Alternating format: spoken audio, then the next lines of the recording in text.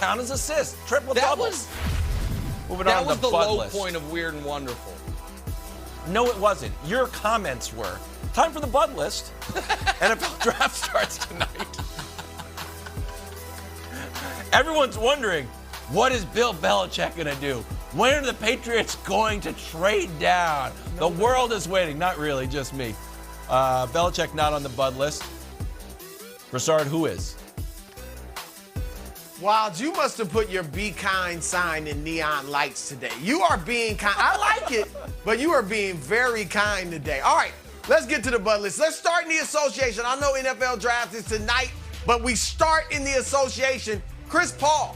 All right, Chris Paul. Now, maybe Devin Booker will be back, right? There's talk that he could be back for Game 6, but I don't think he's going to be back, and I don't think he's going to play a ton of minutes, even if he does come back. So it's on CP3. Chris, close these boys out. They are pesky.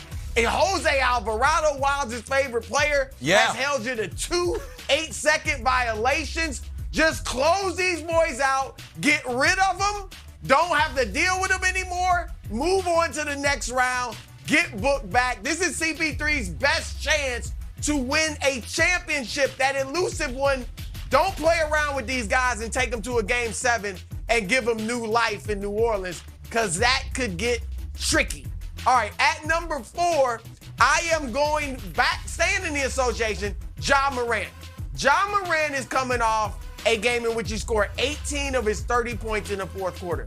Hit the game-winning layup in acrobatic fashion and had a dunk that every single person on planet Earth, except Kevin Wilds, thinks was fantastic. You can't follow that up, Ja, by losing this series. And yeah, I went series because if Minnesota, they still are alive. They have no idea what they blew in Game 5. They have no idea. So they're coming out tonight and they think they're going to win. Ja, you got to close them out, get rid, just like CB3, get rid of them so that dunk doesn't become a footnote. That dunk, if they lose this series, will just be, oh, it was a great dunk. You know, wonderful dunk. Make it mean something, Ja. Take these boys out tonight or tomorrow, whenever they play. All right, now we get to the NFL draft. Deebo Samuel. We know Deebo's asked for a trade. Now he's pushing back on people. Why is everybody talking about it? Well, Deebo, you put it out there. You scrubbed your Instagram and all that. Don't be mad now. But here's what I say. A lot of people think tonight with the draft, this is when Deebo is moved. Some are saying, no way John Lynch does it. Others are saying, he's going to the Jets. And here's what I say to you, Deebo. Be careful what you wish for, man. The Jets. And look, the Jets have had their moments. But man, Deebo, think about this. You're not in a bad situation, I don't think. A lot of people feel like once you leave Kyle Shanahan, we'll see if you're as good. And if you go to the Jets, I just remind you, the last guy that was on, you're not even at this level yet, Deebo, but he was on a Hall of Fame trajectory, skilled player, Le'Veon Bell. Went to the Jets for some money, and we haven't heard a thing from him since. So just be careful, Deebo. You still don't have to get traded if you start talking to the Niners front office. All right, at number 2, we are going to stay in football and go with our man Baker Mayfield. Again, tonight could be the night. He's been waiting a month and a half to get traded. A lot of people, one report even said he's definitely going to Seattle. We'll see if that happens. Others are thinking Carolina could do something. But tonight, Baker Mayfield could be moved. Or over the weekend, he could be moved. Lot to see there. And if he's not, then we know he's going to get released, and then we'll see who picks him up. But a big weekend for Baker Mayfield because he finally could find out where his future is. Now, obviously, he's not going anywhere and being named the starter. He's going to have to fight for it and play for it, but at least he'll be out of Cleveland in no man's land. All right, and number 1 on the Bud list, I got 2 of them, but it's obvious. James Harden and Doc Rivers. All right, James Harden, we all know about his playoff struggles in big games. Now we're there. All right, he wasn't that great in games 1 through 5. It's 38% he shot. Last 2 losses, he shot 32%. But now, game 6, this is where it begins to haunt James Harden. And he's going to be under immense pressure tonight to get rid of these Raptors. And then Doc, we talked about Doc, Nick, already, but he's blown 3-3-1 leads, more than any other coach in history. No one's blown more than one. No one ever, Nick, has blown a 3-0 lead. If they lose tonight, I think most people probably around the basketball world think they would lose the series. So the pressure, again, Doc, get rid of these boys. Get rid of them tonight so we don't have to talk about this. All right, this is a very good list. I like a lot of it. I'm going to add another basketball player, and it's a guy who right now is active on Twitter but not active playing games, and that is, of course, the Slim Reaper, or pardon me, the God himself, Kevin Durant. Yeah. So here's the deal, Wilds. Here's my question. What if the Celtics get rolled? What if Giannis averages 35 a game?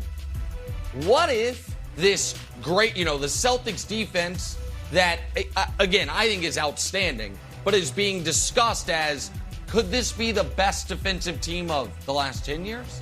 Of the last 15 years? One of the best. Look at what they were able to do to the most skilled offensive duo ever. What if Milwaukee comes in and just says, yeah, we're going to do what we do? I think right now, by the way, Vegas is drinking all of the Celtics Kool-Aid. And again, I think that is the refractory period of the Nets being overvalued. I think that because right now Vegas says the Celtics have a 62% chance to beat Milwaukee. But what if Giannis comes in and shows what the actual best player alive can do against this defense and averages 30-plus a game on a good efficiency? I think in an odd way, that will make what Durant did even worse. So I think there's a lot of Durant's under duress on something he has no control over, which is he needs, oddly, for Giannis to struggle and the Celtics to win. Or if the Celtics go on to win the title, then getting beat by them, it's like, everybody got beat by them. But if they lose a round after sweeping you, that's a problem. So I think Durant's under duress during this Celtics-Bucks series. I think that's a fantastic take. I'll talk about another guy who's under duress. And again, just want to lay out the ground rules here. This is not an indictment, it is an inspiration.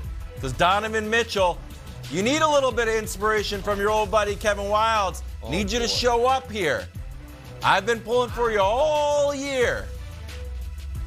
2020, had a big coming out party.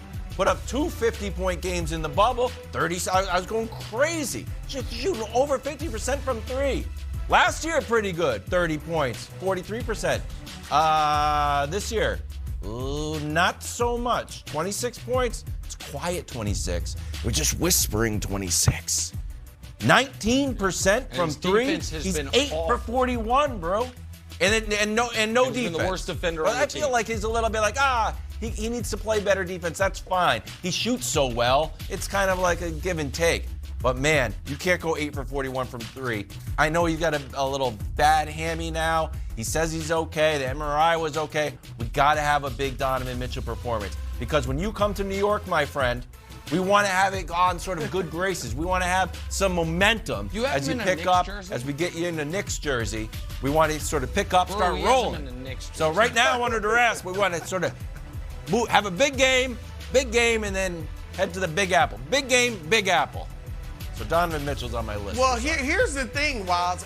And look, Donovan, it's not a good look that he couldn't capitalize on Luka missing the first 3 games.